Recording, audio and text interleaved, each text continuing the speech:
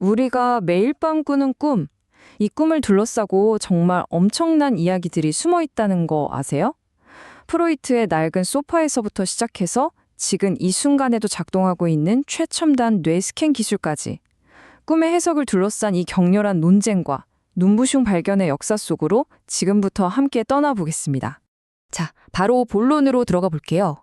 여러분이 어젯밤에 꾼 꿈 혹시 기억나세요? 그 꿈이 그냥 뇌에서 아무렇게나 만들어낸 의미 없는 전기 신호, 일종의 소음일 뿐일까요? 이게 지난 100년 동안 과학자들을 정말 치열하게 싸우게 만든 질문이었습니다. 아니면 어쩌면 정반대일 수도 있죠. 꿈이 사실은 우리 뇌가 밤사이에 하는 가장 중요한, 가장 핵심적인 작업이라면요. 오늘 우리는 바로 이 두 가지 극단적인 관점이 어떻게 부딪히고 싸우고 또 마침내 어떻게 화해하게 되는지 그야말로 한편의 드라마 같은 이야기를 따라가 보려고 합니다. 자, 첫 번째 장입니다. 왕좌에 오른 꿈, 정신분석의 거장들. 네, 이야기는 꿈이 인간의 마음을 이해하는 데 있어 거의 왕처럼 군림하던 시절에서부터 시작해야겠죠. 바로 지그몬트 프로이트와 칼 융, 이 두 거장의 시대입니다. 이 두 사람 꿈을 보는 관점이 좀 달랐어요. 프로이트는 꿈을 억압된 욕망의 분출구로 봤습니다. 그러니까 사회적으로 드러낼 수 없는 우리의 진짜 속마음이 밤에 몰래 가면을 쓰고 나타나는 거죠. 소망충족이라고 불렀고요. 반면에 그의 제자였던 칼 융은 꿈을 좀 더 긍정적으로 봤어요. 우리 내면의 지혜로운 스승, 뭐랄까 우리가 더 나은 사람으로 성장하도록 이끌어주는 안내자 같은 거라고 생각했죠. 어쨌든 이 두 사람 덕분에 꿈은 심리학의 가장 중요한 연구 주제가 됐습니다. 자, 두 번째 이야기, 과학적 반격입니다. 무작위 소음 이론. 그런데 이 꿈의 황금기는 영원하지 않았습니다. 20세기 후반 과학이 발전하면서 뇌를 직접 들여다볼 수 있게 되자 상황이 180도 바뀌어버려요. 꿈? 그거 그냥 비과학적인 헛소리야 라면서 꿈을 심리학의 중심에서 저 멀리 변방으로 쫓아낸 아주 강력한 이론이 등장합니다. 보시면 이 표가 그 대립을 아주 잘 보여주죠. 정신분석에서는 꿈이 무의식으로 가는 창이라고 했는데 과학자들은 의미 없는 찌꺼기라고 본 거예요. 1977년에 앨런 홉슨이라는 사람이 활성화 합성 모델이라는 걸 내놨는데요. 쉽게 말해 이런 겁니다. 우리가 잘 때 뇌의 깊은 곳에서 그냥 아무렇게나 전기 신호를 빵빵 쏘는데 깨어있는 뇌 부분이 그걸 받아서 어떻게든 말이 되는 이야기로 꿰맞추려고 애쓴 결과물이 바로 꿈이라는 거죠. 와, 이 이론 하나 때문에 프로이트와 융은 거의 미신에 믿는 사람 취급을 받게 됩니다. 자, 이제 세 번째 장, 신경학적 귀환, 의미의 재발견입니다. 하지만 이야기가 이렇게 끝나면 재미없죠. 이 과학의 공격으로 거의 폐허가 된 꿈의 왕국에 한 명의 영웅이 등장합니다. 바로 뇌과학의 심장부에서 꿈의 의미를 되찾아온 사람, 신경정신 분석학자 마크 솔룸씨입니다. 이 사람의 발견은 정말 판을 완전히 뒤집어 버렸어요. 뭐였냐면 뇌 손상 환자들을 쭉 연구해 보니까 렘 수면을 만드는 뇌 부위가 망가졌는데도 멀쩡히 꿈을 꾸는 사람들이 있는 거예요. 잠깐만요. 그럼 꿈이 렘 수면 때문에 생기는 게 아니라는 거잖아요. 바로 이겁니다. 꿈이 그냥 렘 수면의 부산물이라는 기존의 과학이론이 근본부터 흔들리기 시작한 거죠. 솔룸스는 여기서 멈추지 않았어요. 그럼 대체 꿈은 어디서 오는 거냐? 파고들어 보니 꿈을 만드는 진짜 공장은 뇌 깊숙한 곳이 아니라 우리의 동기와 욕망을 담당하는 추구 시스템이라는 걸 밝혀냅니다. 이건 도파민을 에너지원으로 쓰는 시스템인데 우리가 뭔가를 막 하고 싶어하고 궁금해하고 찾아 나서게 만드는 말하자면 우리 마음의 엔진 같은 곳이에요. 바로 이 지점에서 모든 게 연결됩니다. 꿈은 그냥 아무 의미 없는 잡음이 아니라 바로 우리의 가장 깊은 욕망 그 자체에서부터 피어나는 거라는 게 최신 뇌과학으로 증명된 거예요. 와, 정말 거의 100년 만에 프로이트가 말했던 소망 충족 이론이 과학의 옷을 입고 화려하게 부활하는 순간이었습니다. 네 번째 장입니다. 뇌의 야간 시뮬레이터. 꿈은 실제로 무엇을 하는가? 자, 이제 꿈이 왜 생기는지에 대한 미스터리는 어느 정도 풀렸어요. 그럼 이제 더 흥미로운 질문으로 넘어가 보죠.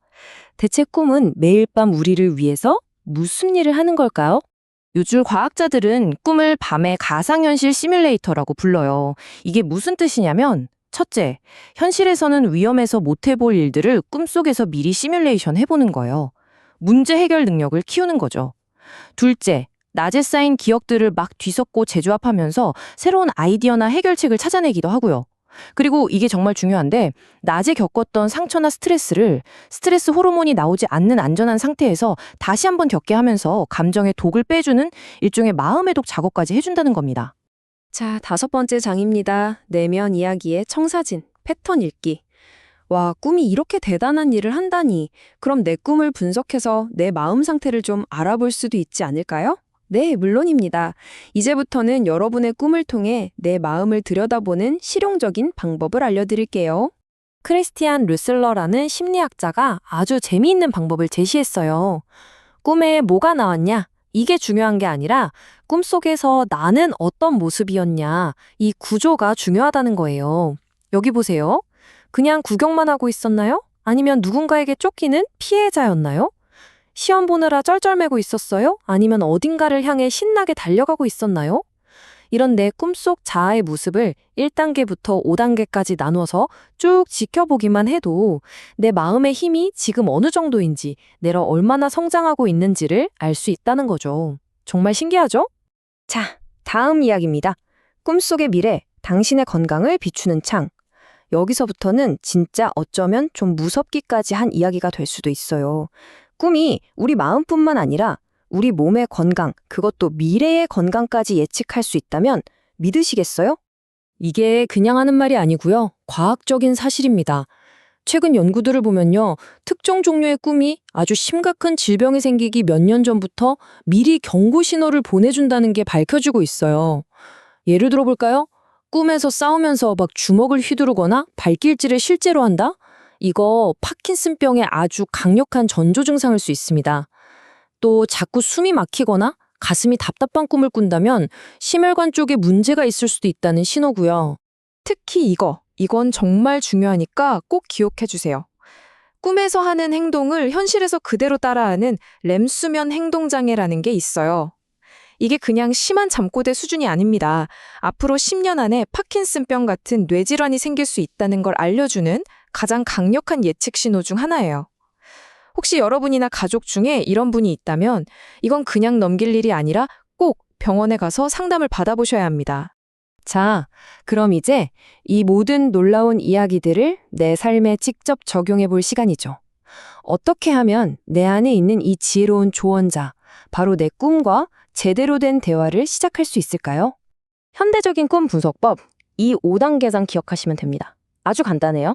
첫째, 꿈에서 내가 주인공이었나? 아니면 그냥 당하고만 있었나? 내 역할을 먼저 보세요. 둘째, 꿈에서 가장 기분이 이상했거나 가장 생생했던 장면, 그 하존을 찾아내는 겁니다. 셋째, 꿈에 나온 상징들, 예를 들어 뱀이 나왔다고 해서 바로 책을 찾지 마세요. 그 뱀이 나에게는 어떤 의미일까? 이걸 먼저 물어보는 거예요. 넷째, 이 꿈의 이야기가 지금 내 현실의 고민이나 인간관계와 어떻게 연결되는지 생각해보는 거고요. 그리고 마지막, 이게 핵심인데, 그래서 이 꿈이 나한테 뭘 말해주고 싶은 걸까? 내가 어떻게 다르게 행동하길 바라는 걸까? 하고 새로운 가능성을 상상해보는 겁니다. 결국 우리가 꿈에 귀를 기울인다는 건요, 그냥 신기한 밤의 세계를 탐험하는 것 이상이에요. 그건 나도 모르게 내 삶을 움직여온 오래된 무의식의 각본을 알아차리고 더 나은 내일을 위해 그 각본을 내 손으로 직접 고쳐 쓰는 정말 창조적인 작업인 거죠. 매일 밤 여러분의 뇌는 여러분의 더 나은 미래를 위해서 수많은 시뮬레이션을 돌리고 있습니다.